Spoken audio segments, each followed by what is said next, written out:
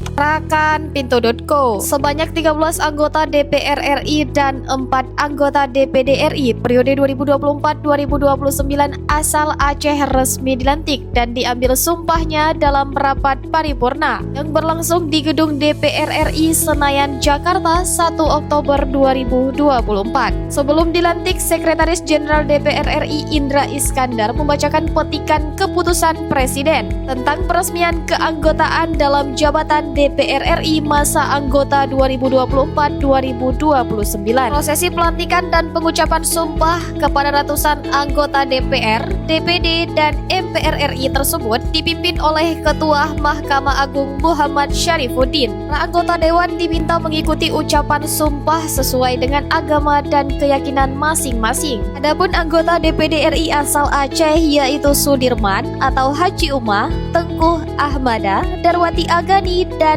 Azari Cage. Mau tahu berita terupdate tentang Aceh? Baca berita selengkapnya di Pintu.co.